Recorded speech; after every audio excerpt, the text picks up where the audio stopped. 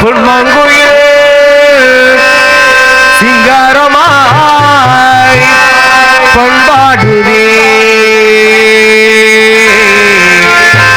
சங்கீத ஜாதி முள்ள காதல் பார்வையில் உல்லாச பூங்குயில் ராஜ பார்வையில் வானை தொட்ட மிக மன்ன